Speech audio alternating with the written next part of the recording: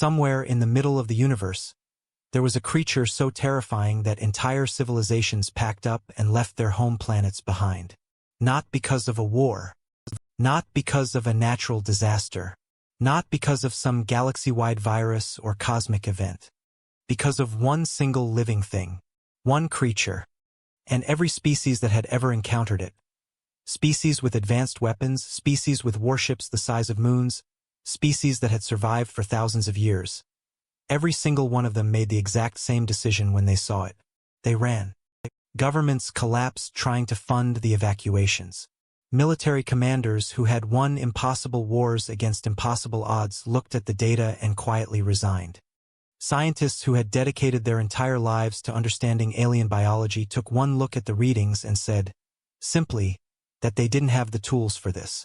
The Galactic Cooperative, the most powerful alliance of intelligent species ever assembled, spent 3 full years and more resources than most civilizations had ever seen in a single generation, all trying to deal with this one problem. And they got nowhere. Every plan failed. Every weapon failed.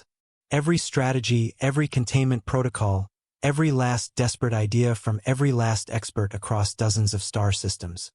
All of it failed. And then a human showed up. Not a general. Not a scientist. Not some legendary warrior with a special weapon and a destiny. Just a human, young, untrained, completely unaware of the situation they had just walked into. And within a few hours, this human had done something that 3 years and the combined intelligence of the entire Galactic Cooperative could not. They made the creature calm. Not with a weapon. Not with a strategy. Not with technology or chemicals or any kind of force at all. They did it by sitting down on the floor and giving the most feared thing in the known galaxy a belly rub. This is that story. And I promise you, by the time we reach the end of it, the way you think about fear, about strength, and about what it actually means to be human will never be quite the same again. The creature had no real name. The first species to encounter it had called it something in their language that translated roughly to the end of things. The second species had a word that meant the silence before destruction. The third species simply stopped using language altogether when it came up in conversation, because they believed, genuinely, deeply believed, that speaking of it drew its attention. The Galactic Cooperative, being a practical organization, had given it a designation instead of a name. Subject null. They called it that because every single attempt to classify it had come back with the same result. Null. Nothing. No match. No category. No threat assessment score because the threat assessment systems had a maximum rating, and subject null exceeded it so completely that the computers simply stopped calculating and returned 0. Null. It was easier than admitting they had no idea what they were dealing with. The first confirmed encounter had happened 3 years before our story begins, in a quiet outer sector called the Varen Belt. A small research ship, a crew of 9, conducting a routine mineral survey, had picked up an unusual reading on their long-range sensors. Something massive was moving through the sector. Moving slowly, but moving with a kind of weight that made the instruments shake even from a distance of several light minutes. The crew had done what any responsible research crew would do. They had sent a report back to the nearest cooperative station and stayed to observe. They were never heard from again. The station that received their report dispatched a patrol vessel. The patrol vessel sent back 17 seconds of visual data before going silent. In those 17 seconds, the people watching the feed in the Cooperative Command Center saw something that none of them had ever seen before and none of them would ever fully be able to describe afterward. Size was the first problem. The creature was so large that the patrol vessel's cameras, designed to capture objects up to several kilometers across, couldn't get the whole thing in frame even at maximum distance. What they could see was a surface, dark, textured, moving with a slow, rhythmic motion like breathing because it was breathing, and the breath alone, at that distance, pushed the patrol vessel backwards several meters with each exhale. The second problem was what happened when the creature noticed the patrol vessel. Turned. Not aggressively. Not with the sharp, sudden movement of something that wanted to attack. Turned the way a dog turns when it hears a sound it hasn't heard before. Slow. Curious. One enormous eye, larger than most buildings, dark as deep space and somehow, impossibly, reflecting light in a way that made it look almost warm, turned toward the vessel. The crew of the patrol vessel did not wait to see what happened next. They engaged their emergency jump drive and left. Every species that heard about this encounter made the same calculation. The creature was too large to fight, too unknown to negotiate with, too unpredictable to safely study. The only rational response was to stay as far away from it as possible and hope it moved on. It did not move on. Over the following months, Subject Null moved slowly through the outer sectors, and everywhere it went, it left the same kind of chaos in its wake. Not destruction in the traditional sense, it wasn't burning planets or attacking ships deliberately. It was more like the chaos that follows a very large animal walking through a very small space. Things broke. Systems failed.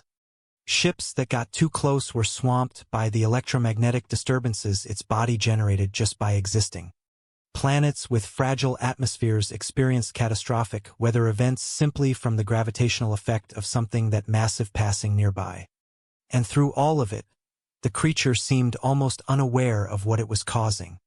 That was somehow the most frightening part. A creature that destroyed things on purpose could be negotiated with or predicted, or at least understood on some basic level. A creature that destroyed things by accident. A creature that could collapse a civilization simply by being nearby and not paying attention, was something else entirely. The cooperative tried everything. They sent unmanned probes packed with sensors. Most of the probes were destroyed, not attacked, just caught in the creature's wake the way a paper boat gets caught in the wake of an ocean liner. A few survived long enough to send back data, but the data made the scientists more confused, not less. The creature's biology defied every model they had. Its energy output should have been impossible. The materials its body appeared to be made of didn't match anything in the known database.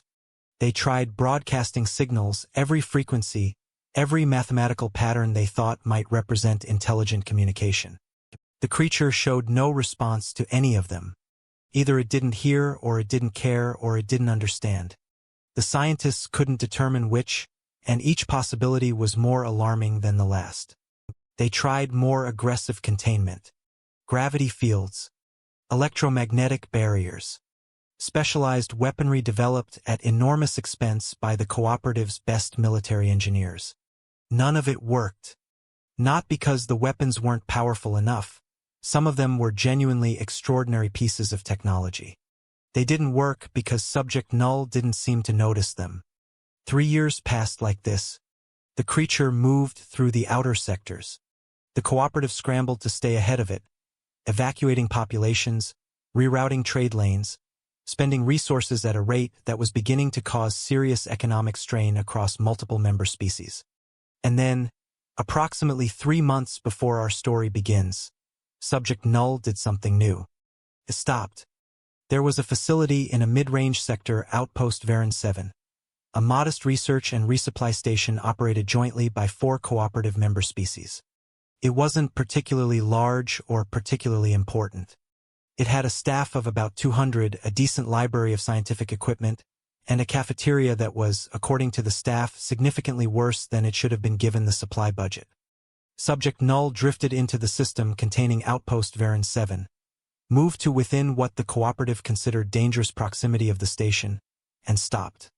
Just stopped. And stayed. The evacuation of Outpost Varan 7 took 6 hours. Every piece of important equipment was packed. Every staff member was transported out. The facility was sealed, every door locked, every system put into minimum power standby mode, every warning beacon activated on every frequency the cooperative used. The warning beacons said, in 27 different languages, the same thing. Facility sealed. Extrême danger. Do not approach. Do not enter. And then, 3 weeks after the evacuation, a transport ship arrived at Outpost Varan 7 carrying new personnel for a different assignment. A routine rotation that someone, somewhere in the vast bureaucratic machinery of the Galactic Cooperative, had simply forgotten to cancel. Among the personnel on that transport was a human cadet named Ellis. Ellis was 23 years old. It was Ellis's first posting. Ellis had studied hard, passed every exam, and arrived at what was supposed to be a quiet, routine assignment with a bag full of personal items, a head full of textbook knowledge, and absolutely no information whatsoever about the 3-week-old emergency that had emptied the facility Ellis was about to walk into. The transport docked. Ellis stepped off. The transport left immediately. The pilot had noticed the warning beacons and was not interested in staying any longer than necessary, but apparently was also not interested in explaining the situation to the confused young human standing on the docking platform watching the ship disappear into the distance. Ellis stood alone on the platform of a completely silent, completely empty facility. Looked around. And then, with the particular kind of practical optimism that seems to be built into human DNA at a fundamental level, picked up the bag, walked through the main entrance, and decided to find somewhere to put their things. The facility was strange in the way that only completely empty places can be strange. Everything was in order. The lights were on, emergency lighting, a dim blue that made the corridors look like the bottom of a very deep ocean. The air recyclers hummed quietly. The temperature was stable. All the systems that needed to keep running to maintain a livable environment were doing exactly that. But there were no people. Ellis walked through corridor after corridor, checking room after room, and found the same thing in each of them. Empty. Neat. Personal items left behind in ways that suggested the occupants had left in a hurry, but had still taken the time to secure anything important. It was, Ellis would later describe in a written account, like walking through a ship that had been abandoned mid-voyage. Everything in its place. Nobody home. Ellis found the main command center and spent about 20 minutes trying to access the station's communication systems. The systems were in lockdown mode, a security protocol Ellis didn't have the clearance codes to override. What Ellis could see was the external sensor readout, and what the external sensor readout showed was something so large that Ellis initially assumed the sensors were malfunctioning. Because the reading looked like a planet. Except it was in the wrong place for a planet, and it was moving very slowly but moving, and the thermal signature was completely wrong for any kind of geological body. Ellis stared at the sensor readout for a long time, then made a note to look into it further once the communication situation was sorted out. This is one of the things that other species consistently find baffling about humans. The ability to look at something objectively terrifying and file it away as a problem to return to later is not, as far as xenopsychologists can determine, common across intelligent species. Most species have a much more immediate response to threat indicators. The Veth, for example, one of the cooperative's founding member species, had evolved a neurological response to danger signals that essentially bypassed rational thought entirely and delivered a single overwhelming instruction directly to the motor system. Run. Humans apparently did not evolve this. Or if they did, it had been so thoroughly overwritten by curiosity that it no longer functioned reliably. Ellis made a note and went to find the cafeteria. The cafeteria, it turned out, still had functional food synthesizers. Ellis made something approximating coffee. The synthesizer's database had 17 different varieties of human beverages, which suggested the facility had hosted humans before, and sat down to think.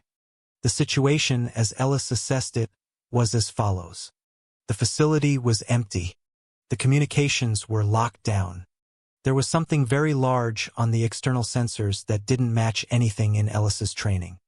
And the transport that had delivered Ellis was long gone.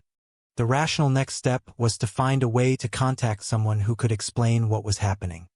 Ellis finished the coffee, decided it was acceptable, made another, and went looking for a terminal that might have open communication access. This search was what eventually led Ellis to the sealed corridor. It was in the lower section of the facility, a part Ellis hadn't reached yet in the initial exploration. The corridor was different from the others. The others had been sealed by the standard lockdown protocol, which was visible as a simple indicator light on each door panel. This corridor was sealed differently. Physically sealed. Heavy blast doors, the kind normally reserved for atmospheric breaches or catastrophic structural failures, had been lowered at both ends of the corridor. There were warning signs. Many of them, in many languages, stacked and overlapping on the wall beside the entrance like someone had been adding new ones over the course of several frantic minutes. The signs said, in various ways, the same thing. Do not enter. Extrême danger. Stay out. Ellis looked at the signs. Then looked at the blast door. The blast door had a manual override panel. It was there for emergency use, the reasoning being that a sealed corridor in a compromised facility could itself become a danger if there was someone trapped inside who needed to get out. The override required a standard cooperative personnel code, which Ellis had, and a reason logged in the system, which Ellis entered as investigation of unknown sensor reading. The blast door opened. The corridor beyond it was darker than the rest of the facility. The lighting here had been reduced even further than the emergency standard, barely enough to see by. Ellis walked slowly, one hand on the wall, eyes adjusting. The corridor ended in a large set of double doors. Research bay doors, by the look of them, the kind used for spaces that needed to be large enough to contain significant equipment. These doors were not locked. They were simply closed. Ellis pushed them open. The research bay beyond was enormous. It had been designed to house large-scale experiments, the kind of equipment that needed significant vertical space. The ceiling was very high. The room was very wide. And most of it was filled. What filled it was alive. Ellis stood in the doorway and looked at Subject Null for the first time. Later, trying to describe the experience, Ellis would struggle with the scale. It wasn't like looking at something large in the way that a mountain or a skyscraper is large. Those things were large in a way that the human brain could process, could find a reference point for, could fit into its existing model of the world. This was different. This was large in a way that the brain kept trying to reject, kept trying to find a more manageable interpretation of, and failing. The creature filled the research bay the way water fills a container. It had settled into the space, folded around the equipment and the support pillars and the various protrusions of the room's infrastructure, and it was still. Completely, utterly still except for the slow, massive movement of its breathing. The breathing was the first thing Ellis could actually process. Because breathing was recognizable. Breathing was something Ellis understood. And so Ellis's brain, looking for any foothold in this incomprehensible scene, locked onto the breathing. And then, because Ellis was paying attention to the breathing, Ellis noticed something else. The rhythm was wrong. Ellis had grown up around animals. Not the exotic alien fauna that some cooperative species kept, but ordinary earth animals, dogs, horses, the various small creatures that populated a childhood spent partly in rural areas. And Ellis had learned, young, to read the breathing of animals. Not as a conscious skill, not as something taught. Just as something absorbed. The rhythm of Subject Null's breathing was the breathing of something in distress. Not pain exactly. Not fear in the way a cornered animal shows fear. Something more like the breathing of something exhausted. Something that had been under sustained stress for a very long time and had finally, in the silence and the emptiness, let itself stop. But not fully. Not peacefully. The underlying tension was still there, visible in the faint tremor that ran through the creature's surface with each breath, like a very large and very tired muscle that couldn't quite relax even when it wanted to. Ellis recognized that too. Ellis stood in the doorway for a long moment, then walked in. Ellis did not make any sudden movements. This was not a tactical decision. Ellis was not operating from any kind of training protocol or scientific methodology. It was simply the automatic behavior of someone who had spent enough time around large, stressed animals to know, without thinking about it, that sudden movements were a bad idea. Ellis walked slowly, kept to the edges of the room at first, made no noise beyond the soft sound of footsteps on the metal floor, did not reach for anything, did not activate any equipment, did not do anything that could be interpreted as threatening. Subject Null did not move. Its breathing continued, that slow, exhausted, tension-filled rhythm that Ellis had noticed from the doorway. One enormous eye, facing the direction of the entrance, remained closed. Either the creature was asleep, or it was choosing not to acknowledge the new arrival, or, And this thought occurred to Ellis without particular alarm. It simply hadn't noticed yet. Ellis found a clear space on the floor about 6 meters from the nearest part of the creature's body and sat down. Just sat down. Cross-legged. On the cold metal floor of the research bay. Set nothing down, reached for nothing, made no transmission, sent no signal. Just sat. And waited. Approximately 4 minutes later, the facility's recording systems would later confirm the exact timing.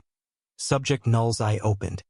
The eye was, on its own, larger than most vehicles Ellis had ever been inside. It was dark, almost entirely pupil, with a rim of color around the edge that shifted as the light caught it. Something between deep blue and something that had no name in any human language, a color that seemed to come from inside the eye rather than reflect off it. The eye found Ellis. And stayed there. Ellis later wrote that the experience of being looked at by Subject Null was unlike anything else. Not frightening exactly, though Ellis acknowledged that perhaps it should have been.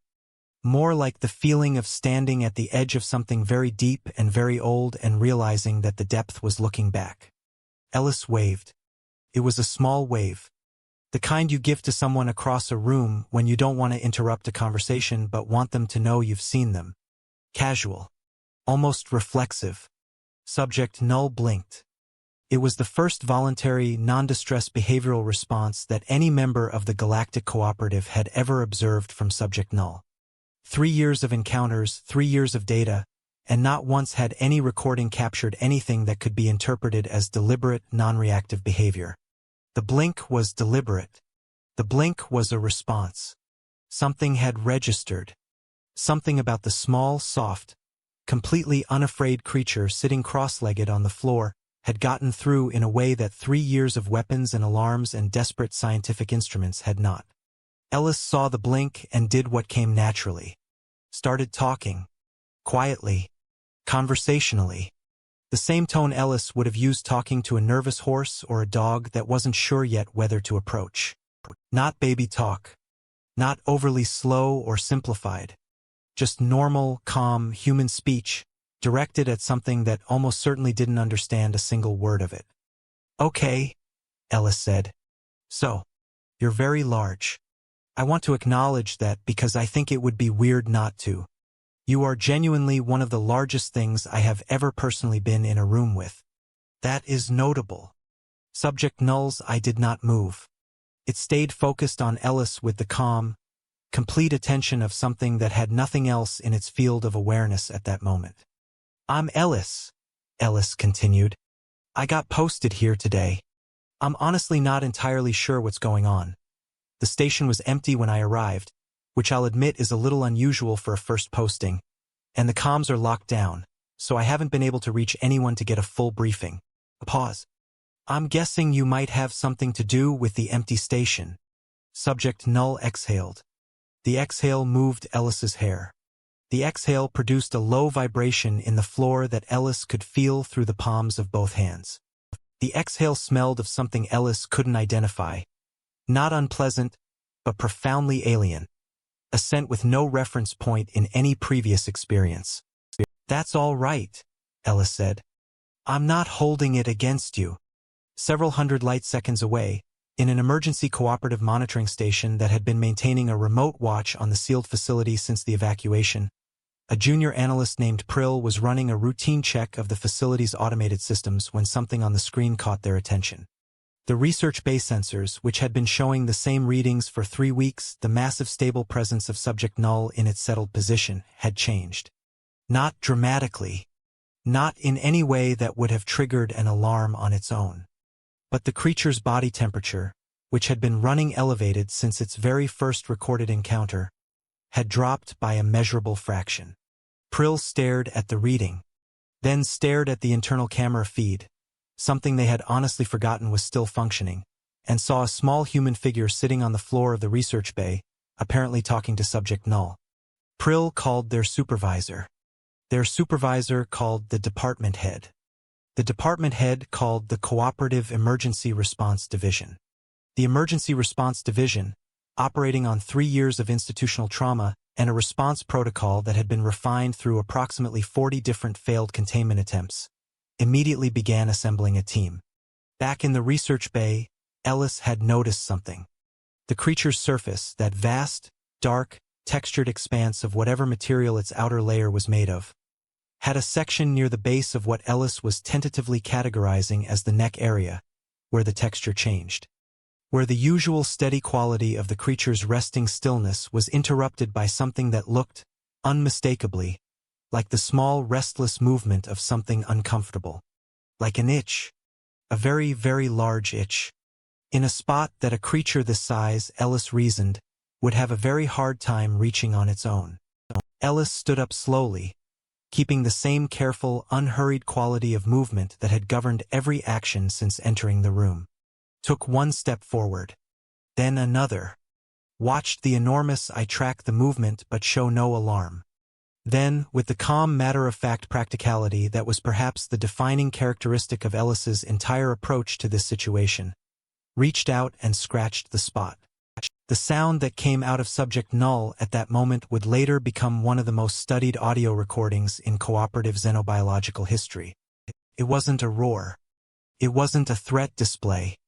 It wasn't any of the sounds that the creature had produced in previous encounters, those deep, resonant vibrations that had been interpreted as aggression and had sent every ship within range into immediate retreat. It was, when 17 different xenolinguistic analysis programs finally finished processing it, the closest thing to a sound of relief that anything had ever heard from subject null. Low. Slow. A vibration more than a sound. Felt more than heard. Rolling through the walls and floor of the research bay like a slow wave. Ellis kept scratching. The creature's temperature dropped another fraction. In the monitoring station, Prill watched the readings with an expression that their colleagues would later describe as the specific face of someone watching something impossible happen in real time and not being entirely sure whether to call it wonderful or terrifying. The emergency response team was assembling. The department heads were arguing about what to do. Senior officers who had spent 3 years developing increasingly elaborate plans for containing or deflecting subject null were looking at a camera feed of a human cadet scratching behind the creature's neck. Collar region? The area that might be analogous to where a neck would be if subject null had a neck? And not finding a policy that addressed this specific scenario. Because there was no policy for this specific scenario. There was no policy because nobody had ever considered the possibility that the correct approach was to find out where the creature was itchy and address that directly.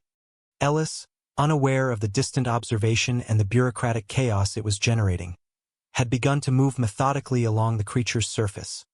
Slowly, always giving subject null time to react to each small movement before making the next. Looking for other spots. Finding them. The creature's responses were becoming more evident as this continued. Subtle shifts of position that brought different areas within reach. The slow spreading of what might have been something analogous to relaxation moving through the massive body. It was the movement that struck Ellis as most significant. Because the movement was cooperative. The creature was adjusting its position to help. Not dramatically, subject null was not suddenly rolling around like a happy dog, which was, Ellis would admit, probably a mercy given the structural limitations of the research bay. But there were small, deliberate adjustments. A repositioning of a limb that had been blocking access to a particular section of surface. A slow tilt of the head that brought the neck-adjacent area down to a more manageable height for Ellis's reach. It was communicating. Not in language. Not in any system of symbols or signals that the cooperative's linguists would have recognized. But in the fundamental, universal language of two living things working out how to be in the same space together. Subject null was figuring out how to receive what Ellis was offering. And Ellis was figuring out how to give it. Back at the monitoring station, the cooperative emergency response team had arrived and immediately gotten into an argument about whether to send a team to the facility to extract the human.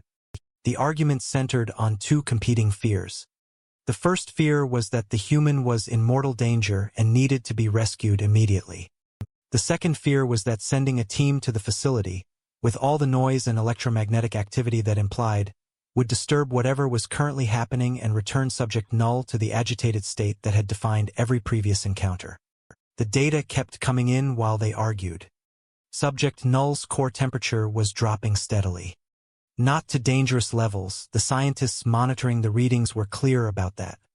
Dropping toward what the models had always predicted would be the creature's resting baseline, a level it had never actually reached in 3 years of observation because it had never actually been at rest. The electromagnetic disturbance field that the creature's body generated, the field that had destroyed the unmanned probes and overwhelmed the instruments of every ship that had gotten too close, was diminishing.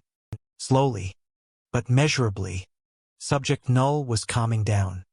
The argument at the monitoring station stopped. Everyone in the room watched the readings in silence.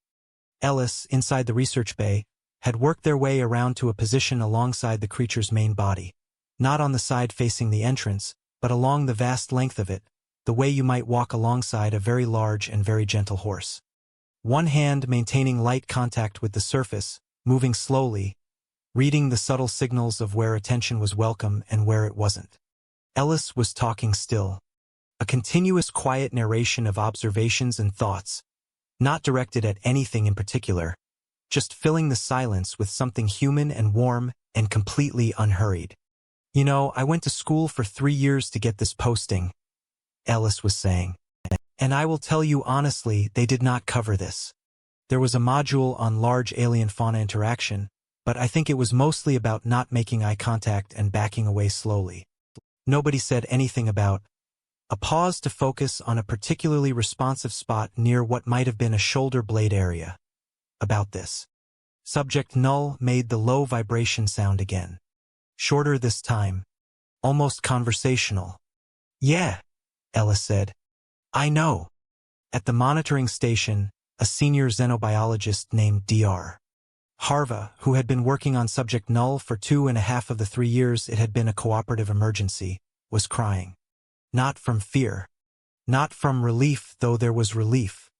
From the specific emotional response of someone who had spent years trying to understand something and had just watched a young human accidentally demonstrate the thing that 2.5 years of research had been trying to prove. That Subject Null was not a weapon. Not a force of nature. Not an unstoppable catastrophe in biological form. That Subject Null was an animal. A living, feeling, responsive animal. That needed, like most living things, to simply be treated as one. The cooperative team arrived at Outpost Varen 6 hours later. They came carefully, no alarms, no active weapon systems, minimum electromagnetic output, the approach pattern designed by Dr. Harva and a small group of colleagues who had been working through the night on a protocol that would not replicate the conditions that had led to every previous catastrophic encounter. They docked quietly. They moved through the facility quietly. And when the lead team reached the research bay and opened the door, slowly, carefully, they found Ellis asleep. Not fled. Not hiding. Not in any kind of distress. Asleep. Sitting with a back resting against Subject Null's side, in the particular boneless way of someone who has been awake for a very long time and simply reached the limit, head tilted forward, breathing slow and even. Subject Null's eye was open. The enormous dark eye was watching the door, watching the new arrivals. And every scientist and officer in the team, looking at that eye, felt something they had not expected to feel in the presence of Subject Null. They did not feel afraid. They felt watched, assessed, considered. The way you feel when a large and intelligent animal encounters you and decides, in the span of a few seconds, what category to put you in. Dr. Harva, standing at the front of the team, made a decision that they had not fully planned but that felt, in the moment, entirely correct. She sat down on the floor, and from somewhere behind her, in the small cluster of officers and scientists who had come expecting, hoping to find an unconscious or at least manageable crisis, one by one, people followed her lead. They sat down. They didn't speak. They didn't activate equipment. They didn't reach for anything or move toward anything. They sat on the floor of the research bay, in the dim blue emergency lighting, and waited. Subject Null looked at them for a long time. The temperature readings held steady, not rising, not falling, staying at the lowest resting level ever recorded. The electromagnetic disturbance field stayed quiet. After 17 minutes, the monitoring team back at the station had a very precise record, Subject null's eye slowly closed. Ellis woke up 40 minutes after that, looked at the assembled team with the mild surprise of someone who had expected to wake up alone, and said, "Oh, good. Is someone going to explain what's going on?" The debrief took 3 days. Ellis's initial account was recorded, analyzed, and distributed to every xenobiological research team in the cooperative within 24 hours. The behavioral data from the facility's recording systems, 3 weeks of stillness followed by several hours of the most significant subject-null interaction ever documented, was treated as the most valuable scientific dataset the cooperative had produced in a decade. Dr. Harva presented the preliminary findings to the Cooperative Emergency Council at the end of those 3 days. The presentation was the culmination of 2.5 years of research, filtered through the lens of what Ellis had accidentally demonstrated. The core argument was straightforward. Subject null was not an aggressor. Subject null was not a predator. Subject null was not, in any meaningful sense, a weapon or a threat or a catastrophe. Subject null was a social creature, ancient, isolated, profoundly misunderstood, that had been responding to the cooperative's panic in the only way available to something with no shared language, no shared reference points, and no experience of ever having encountered anything that was not immediately overwhelmed by its presence. It had been trying to make contact. Every incident, every ship that had gone dark, every planet that had experienced catastrophic disturbances, every system that had been devastated simply by the creature's proximity, had been subject null attempting to interact with things that then immediately ran away or attacked. The cooperative had been caught in a loop of mutual incomprehension for 3 years. And Ellis, who hadn't known to be afraid, had broken the loop in a single afternoon.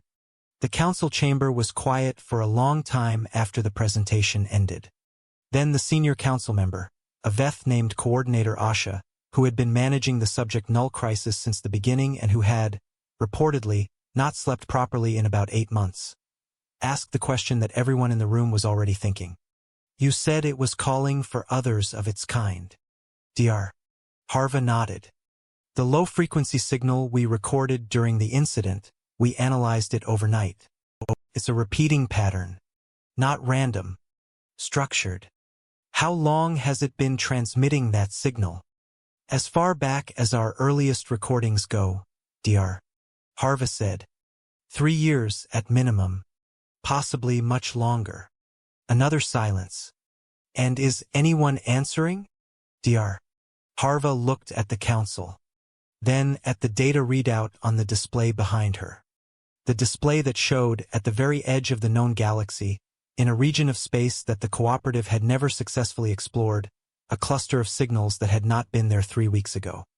"Yes, Dr. Harva said. "Several somethings are. The signals from the edge of the galaxy changed everything. Not immediately.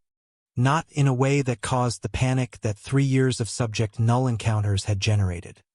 The cooperative had learned, slowly, painfully, at enormous cost, what panic did when it came to creatures like this. The signals changed everything slowly, carefully, the way understanding usually changes things when it's allowed to work properly. There were 7 distinct sources. 7 separate signals, each slightly different in pattern and frequency, each originating from points spread across the unexplored region at the galaxy's edge. Each responding in their own variation to subject null's repeating call. The xenolinguistics team worked on the signals for 2 months. They had something they hadn't had before, a reference point.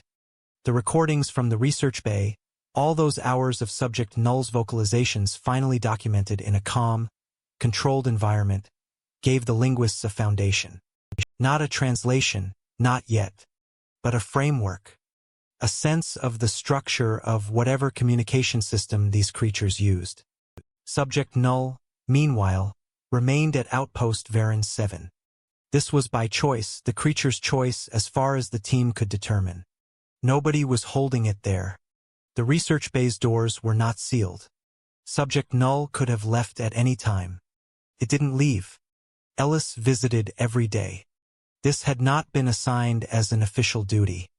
It had simply emerged naturally, the way most important things emerge, through proximity and repetition and the gradual establishment of something that worked. Ellis was the one presence that Subject Null had always responded to with complete calm. The scientists could approach and observe, and Subject Null tolerated this with the patient stillness of an animal that had decided the situation was acceptable. But with Ellis it was different. With Ellis the creature was at ease. Not tolerant. Not resigned. At ease. The difference was visible in the readings and visible to anyone watching. The complete absence of any underlying tension. The breathing fully settled. The temperature at its steady resting baseline. Dr. Harva, in a paper that would become one of the most widely cited in cooperative scientific history, described it as follows. The human cadet did not succeed through superior knowledge, technology, or strategy. They succeeded by approaching Subject Null as what it actually was, a living creature with needs, rather than as a problem to be solved. This distinction, simple as it sounds, had been beyond the reach of 3 years of institutional effort. On the 63rd day after the research team's arrival, the xenolinguistics team announced a partial breakthrough. They had found a pattern in Subject Null's low-frequency vocalizations that appeared to correspond to proximity, to the creature's awareness of what was near it. The pattern shifted when Ellis was present. It shifted when the research team was present. It shifted when Subject Null's own signal was active and the responses from the galaxy's edge were incoming. It was, tentatively and cautiously, the beginning of communication. Not words. Not concepts, not yet. But a signal that could be read as the difference between alone and not alone. Between presence and absence. Ellis was in the research bay when the linguists brought this finding to Dr. Harva. Ellis heard the explanation and sat with it for a moment. So it knows when someone's here, Ellis said. That's the preliminary interpretation, yes. And the signal it's been sending, the one the others are answering, also relates to presence. Or absence. Dr. Harva paused. We think it has been broadcasting for a very long time the equivalent of, she searched for the right phrasing. The equivalent of here. I am here. As a statement and as an invitation. Ellis looked at Subject Null. The creature's eye was open, watching them both with that deep, ancient, quietly attentive gaze. It was lonely, Ellis said. Not a question. Dr. Harva was quiet for a moment. That would be our interpretation, yes? Ellis nodded slowly, stood up, walked over to Subject Null and rested one hand against its surface, in the spot that had always been the most responsive. You found someone, Ellis said quietly. It took a while, but you found someone. The creature made the low, slow, rolling vibration sound. It went through the floor and the walls and the air of the research bay, and Ellis felt it through the palm of one hand against all that ancient, incomprehensible scale and understood not with words, not with data, but with whatever part of a person understands things that are too large and too fundamental for language. 2 months later, the first of the other 7 arrived at the edge of cooperative space. It was smaller than Subject Null, significantly smaller by the scale that applied to these creatures, which still meant it was incomprehensible by almost any other measure. It approached slowly, following the signal, moving without the chaotic energy that had characterized Subject Null's long wandering. The cooperative had prepared, had spent 2 months developing protocols based on everything they had learned, had assembled a team at the border that included Dr. Harva, several of her colleagues, and Ellis. The new arrival paused at the edge of cooperative space. Subject Null made a sound. The new arrival answered. And then, with a deliberateness that every observer in every monitoring station and every ship and every command center watching the feeds would remember for the rest of their lives, Subject Null moved, for the first time in 2 months, actually moved, rolling slowly out from its position at Outpost Varan 7 and through space toward the boundary. Toward the new arrival. Ellis watched it go from the observation deck of the team's ship. Watched the 2 vast shapes meet at the edge of the known. Watched the slow, enormous acknowledgement of 2 creatures finally in the same place again after a very long separation. Someone beside Ellis, one of the junior researchers, said quietly, "What do we do now?" Ellis thought about it. About 3 years of panic and 12 weeks of patience and one afternoon of sitting on a cold floor and noticing an itch. About the thing that had been waiting, for longer than any of them could fully comprehend, for someone to simply stop being afraid long enough to see it clearly. "We introduce ourselves," Ellis said, slowly, "and we let them lead." The cooperative records from this period would later note, in the careful official language of institutional documentation, that the Ellis Protocol, the approach developed from one human cadet's accidental first contact, became the foundation of all subsequent interaction policy with what the cooperative came to call the elder fauna. Not monsters, not weapons, not forces of nature to be feared or fought or fled from. Ancient beings vast beyond comprehension, lonely beyond measure, who had simply been waiting for something in the galaxy to stop being afraid long enough to say hello. And it was a human, sitting cross-legged on a cold metal floor with a cup of synthesized coffee and no particular training for the situation, who finally did. Here is the part of the story that the official cooperative records leave out. 2 years after the events at Outpost Varan 7, Ellis was invited to present at the cooperative's annual scientific summit, the largest gathering of researchers and officials in the known galaxy, attended by representatives from every member species.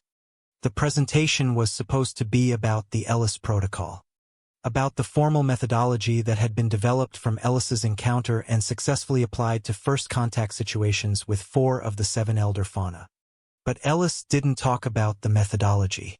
Ellis talked about a moment from that first day, a moment not captured in any recording, not included in any official report, because it had happened before Ellis had any idea anyone was watching. The moment, Ellis said, just before sitting down on the floor of the research bay. The moment of looking at subject null, at something so incomprehensibly large and so incomprehensibly old and so utterly beyond any frame of reference Ellis had, and making a choice. Not a heroic choice, not a calculated one, just a simple, quiet, very human one. To pay attention, to look at the thing in front of them and actually see it. Not the threat assessment, not the danger classification, not the 3 years of institutional terror. The actual living thing. "I didn't save anything," Ellis said to the assembled representatives of the most powerful civilizations in the known galaxy. "I just paid attention. That's all. That's the whole story." The hall was very quiet. "The scariest thing in your galaxy," Ellis continued, "was lonely. And the only reason nobody figured that out for 3 years is that nobody ever got quiet enough and still enough and unafraid enough to notice. Somewhere at the edge of the known galaxy, 8 enormous shapes moved through the dark together. Not destroying, not frightening, not lost. Finally, after a very long time, just home. So let's bring it all together one last time. Subject Null spent 3 years being the most feared thing in the known galaxy.